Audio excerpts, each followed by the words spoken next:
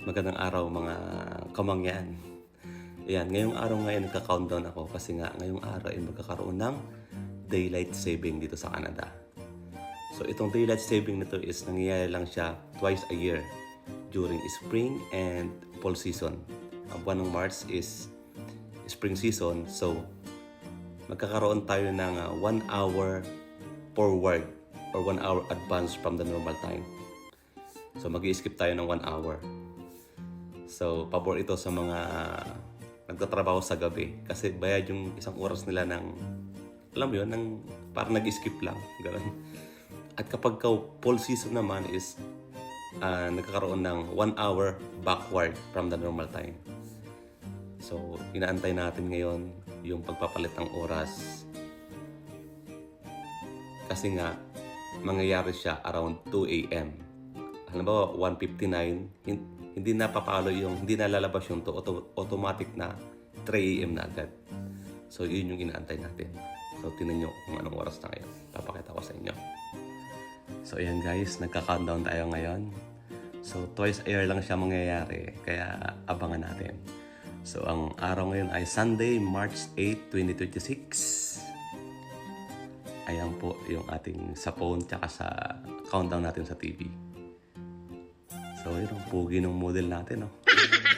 So, antayin natin yan hanggang matagal-tagal pa pala. Hanggang mag-alas 2. So, pag nag-1:59 yan, automatic na magiging 3 na agad. So, mag-i-skip tayo ng 1 hour. Yan, antayin natin. Pero matagal-tagal pa, kaya stop muna natin yung video. Baka mainip kayo. So, guys, malapit na. 1:56 a.m. in the morning. So, sulitin na natin yung ating puyat. Pinagpuyatan natin to. So, ano lang, kasi gusto ko lang siyang yung parang ipakita sa inyo na may ganito pa dito sa Canada, mayroong nag-a-advance. So, kapag gumagamit ka ng relo na di battery, kinabukasan, kailangan mo siyang i-reset ulit.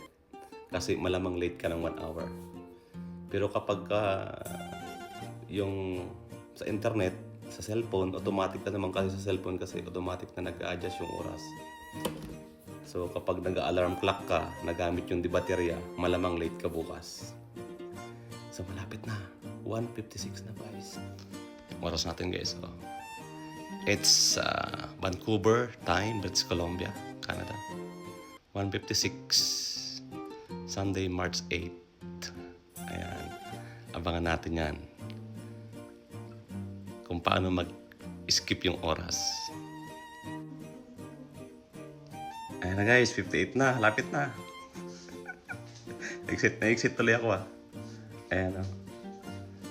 Tingnan natin. Ayan na.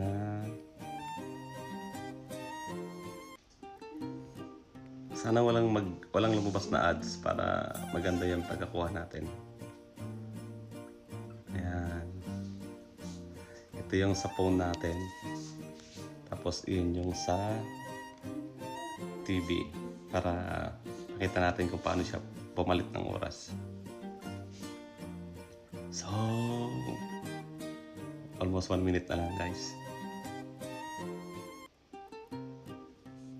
Pugi ng model Ayan Pero usog ho. Ayan, 59 na. 59 na. Ano malabas kasing ads Sana nilagay mo pa rin ang Philippines sa baba. Hindi, okay na yan. Vancouver time Philippines. Ayan na guys. Ayan na, 1 minute countdown. 1 minute countdown tayo guys. Kung paano magpalit ng oras. Yan ang sinatawag na daylight saving. So, congratulations po sa mga nagtatrabaho sa gabi. Bayad yung isang oras ninyo nang wala kayong ginagawa. Ayan na. So, doon tayo sa countdown. I-clear natin yung countdown.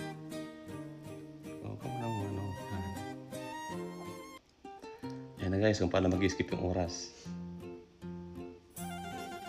Nako, may commercial pa. Huwag ka dyan. Kaya na ko pa inantay. Huwag ngayon. Na. Ano nangyari? Ayun, pamalit na. Naku, nag-stop. Bakit ganun? Ayun, 3 na agad. Alas 3 na agad. Naghang yung ano natin kasi may lumalabas na ano na ads kaya nag-delay yung countdown. Oh guys, diba alas 3 na agad? Oh, wala nang alas 2, alas 3 na agad.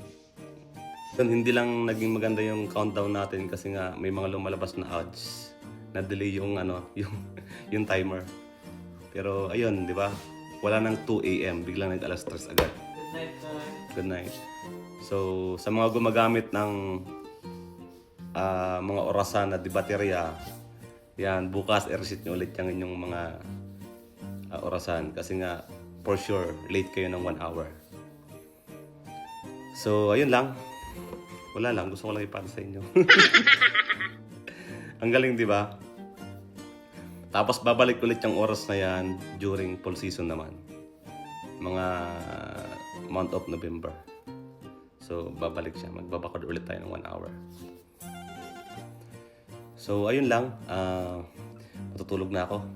Alas 3 na eh. Bye-bye.